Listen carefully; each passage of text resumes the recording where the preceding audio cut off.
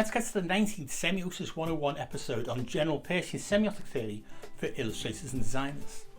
Last month we built on what we've learned about semiotic representations in semiosis with the iconic, indexical and symbolic by exploring the philosophical underpinnings of audiences' experiences through firstness, secondness and thirdness.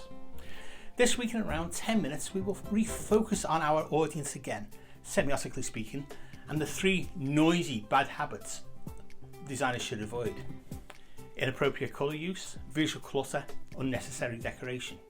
Yes, we revisit one aspect of the semiotic journey, noise, and how avoiding noise in the semiotic communication you can improve your effectiveness as a designer or illustrator. We will see how these three design bad habits can be improved by really understanding semiotically how sign action works to improve how you can connect with your target audience. So, subscribe, hit the bell, and let's see how semiotics can break your design bad habits. Welcome to this week's talk. If you've watched the other videos in Season 1 of Semiosis 101, you'll realise Peirce's terminology and ideas take a lot of effort to then adopt without some Semiosis 101 facilitation. Do not get me wrong, Peirce's theory of semiosis is very valuable for visual communicators of all types. It is just a pity it's not written in a designer-centric way. So, as Season 1 comes to its conclusion, we end on two semiotic videos that segue nicely into where Season 2 will begin. Yes, in this penultimate video, we will start with some design bad habits to show where semiosis can overcome them. In the next 10 minutes or so, we will examine three noisy mistakes that all illustrators and designers can now semiotically avoid. In any designer's or illustrator's output, it is intended to visually communicate something to someone. This is your target audience. So it is up to you to ensure you do not miscommunicate. With me so far? We accept that we have an intention to communicate something visually to someone. Yes? Our client wants us to visually connect with their intended audience, to get their message across from the brief that they gave us. When we talk about semiotic sign action of signs, we are not talking about signage or wayfinding. The signs we are thinking of are visual hints to help the audience's perception. These visual perceptual hints can take many forms, but must align with the audience's prior experiences. So we need to consider the audience in our visual communications. Semiosis helps us do just that. There are two non-semiotic terms that can frame how we can visually communicate. A literal approach denotes what we explicitly see is what it explicitly is. A lateral approach connotes what we see as suggestive of something else. To connote is to suggest or imply other associations beyond the obvious using analogy and metaphor. An illustration of a glass of beer in an advert is denotatively a glass of beer, but connotatively, the glass of beer illustration may be used as being visually analogous to something else or a metaphor for a concept other than beer. In visual communication design, we can apply semiotic theory into our practice to imply meaning beyond the denotative level. How? With semiosis. By crafting the sign action, you can help your audience make lateral jumps in their perceiving. In designing and illustrating the composition, the typesetting, the choice of colour, the crafting of the aesthetic can visually suggest more. Applying semiosis can enhance how illustrators and designers can improve your effectiveness to do this. The aim of effective visual communication in illustration and design is to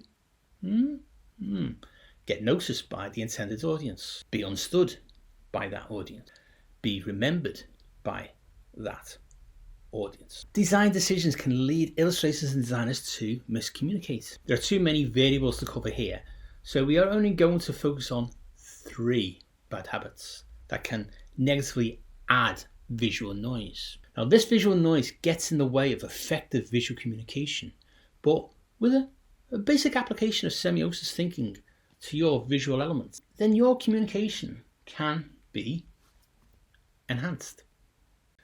The three noisy bad habits we will focus in on are inappropriate colour use, visual clutter, and unnecessary decoration.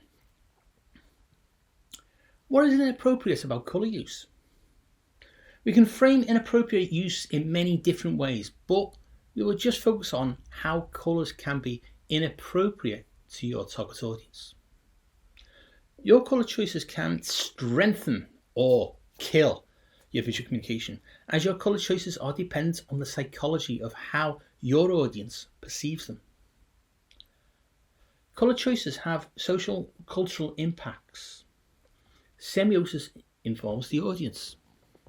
So applying semiosis helps you to be more considerate in what colour means to your audience. This begins at the basic level of crafting semiotic iconic representation. On a basic level, colour affects our perceptions. It can help determine how our audience will perceive the design or illustration's content, and ultimately the desired meaning from it. But beware, colour is psychologically and culturally defined. Colours can have different meanings within different cultures around the world. If you're not careful, you can say something you did not intend.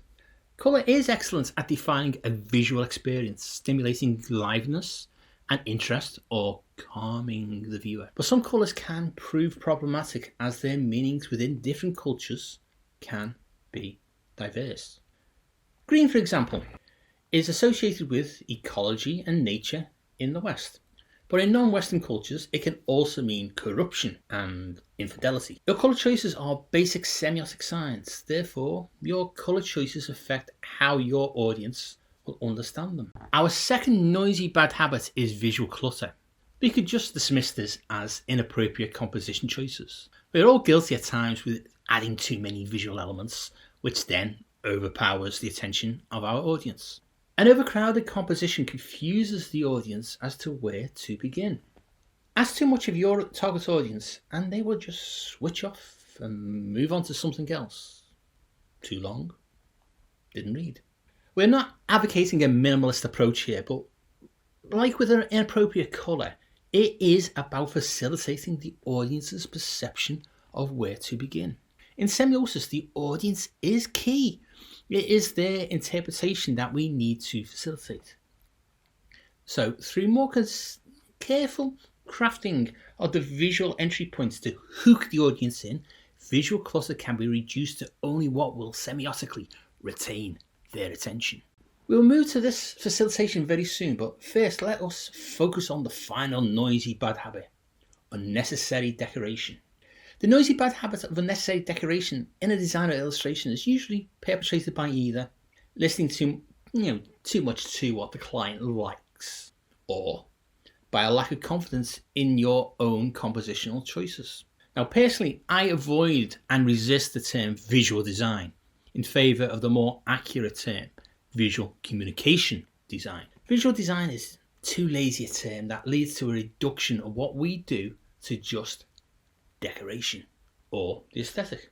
Whereas visual communication design essentially places communicating within our creative practices.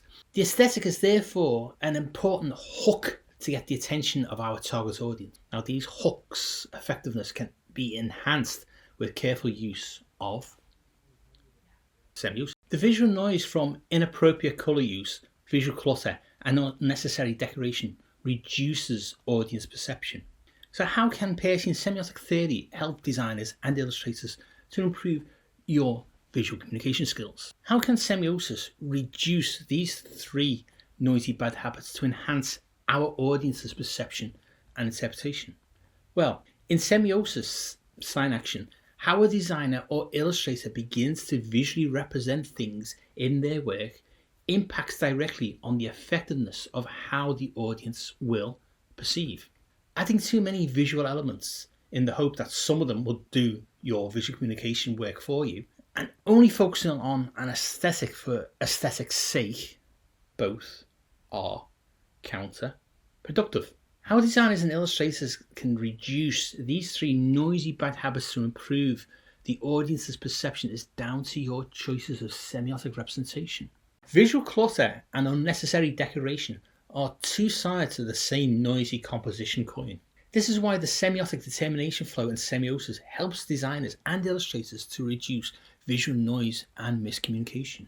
The important designer-centric semiotic mantra to remember is concept, representation, interpretation, message.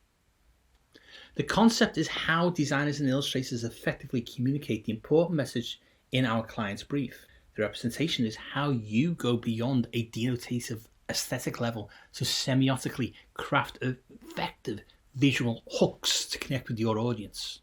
If illustrators and designers embrace the sign action of piercing semiotics, your visual communication enhances the audience's ability to perceive, interpret, and understand. That's it for this week. Come back next Wednesday for the final Season 1 Semiosis 101 video. We will focus on semiotically facilitating behavioural change in our audiences. So that was our 10 minutes of piercing Semiosis 101 for this week. Okay, we just outlined 3 bad habits that get in the way of effective visual communication. 3 habits that semiotic theory can help illustrators and designers remove. When we say noise, we are clearly still within the semiotic journey here. We are talking about all the miscommunications we can design into our designs and illustrations if we are not careful. We saw how through effective consideration of the fundamental building blocks of representation, the 3 positive aspects of effective visual communication, to get noticed, to be understood, and to be remembered, can be enhanced with semiosis by reducing the visual noise. The 3 collective noisy visual bad habits we explored were inappropriate colour use, visual clutter, and unnecessary decoration. Now, colour can communicate many things, but is culturally specific, so it is crucial to understand our audiences and their social cultural reference points to decide upon our colour palettes. Colour is communicated at the iconic level of representation of the concept we need to visually communicate. Now, iconic representation performs in the phenomenological state of firstness, where we experience qualities, resemblances, and feelings. The qualities, resemblances, and feelings that our target audience bring to their successful interpretation of your design or illustration's connotative messaging are from the audience's own social, cultural experience and knowledge. So to maximise the semiotic effectiveness of sign action in your work, the audience's experience should align with colours they associate with meaning. As an example, white in many Western cultures has the social cultural reading as purity, while in Eastern cultures it is the colour of mourning. As semiosis, sign action, only begins once something is subconsciously perceived as a semiotic sign for something, our designs and illustrations only begin to semiotically communicate meanings at the iconic level in a phenomenological state of firstness. This means that the second bad habit of visual clutter also has its roots firmly in overcomplicating the use of iconic elements, as well as the usual layout issues of sucking out all the white space, negative space, in your designs or illustrations composition. Digging into the visual clutter from a semiotic position, we can see that by understanding that every line, circle, shape, colour, texture, etc. we overuse adds to that clutter. This means that as this iconic micro level, we can be more selective of the elements we use if we wish to reduce the noise of visual clutter in a composition.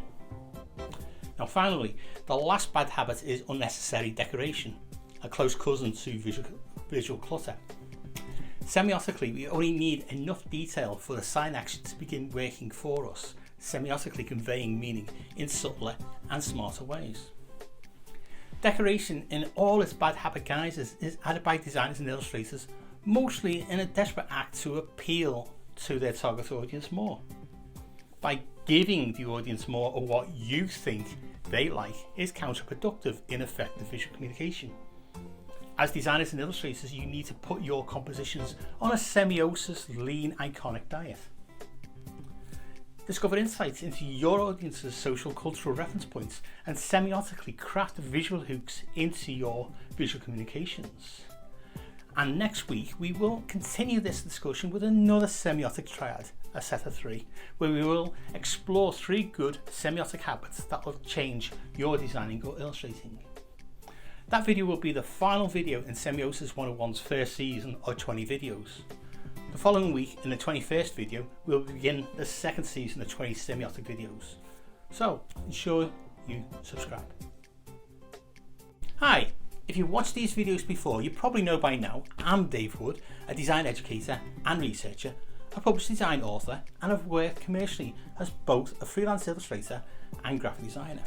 The guy behind the theory, Charles Sanders Peirce, was a philosopher, a mathematician, and a theorist, but he wasn't a creative. Each week on this Scouse-Scot Semiosis 101 YouTube channel, I'll post at least one 10-minute explainer video on an aspect of Peirce's pragmatic semiotic theory. Each free Semiosis 101 10-minute video will use designer-centric terms instead of theoretical language so that illustrators and graphic designers can understand and follow. Each video will feature a take-home piece of applicable semiotic theory, and they do interconnect to build up your understanding of semiosis. But this channel is not a course in semiotics per se. Instead, each video is a bite-sized illustrated piece of new knowledge on sign action, or semiosis as Peirce names it. The aim of these 3 videos is to take Peirce's quite complex philosophical theoretical language and put it in the context of designing visual communication, whether these are illustrations, motion, branding, packaging, editorial, etc.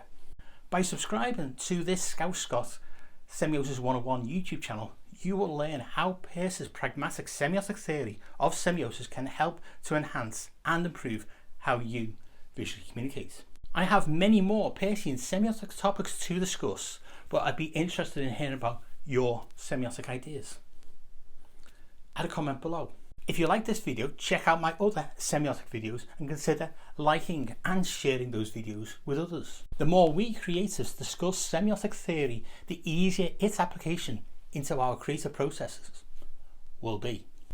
As a fellow creative and a published design author, I have a link in the description to my Scouse-Scot website where you can find all the Semiosis 101 videos and read background info on the blog. You can download free Semiosis 101 video transcripts and reading lists. You can buy illustrated and typographical gift ranges on my Redbubble shop. You can also buy my 2014 design book published by Bloomsbury Publishing, Interface Design and Introduction to Visual Communication in UI Design. Over the years, I have collaborated with other design academic researchers and Peircean semioticians to develop a designer-centric explanation of Peirce's theoretical language. If you are interested in reading my semiotic Rosetta Stone academic writing, then you can visit my academia.edu link in the description.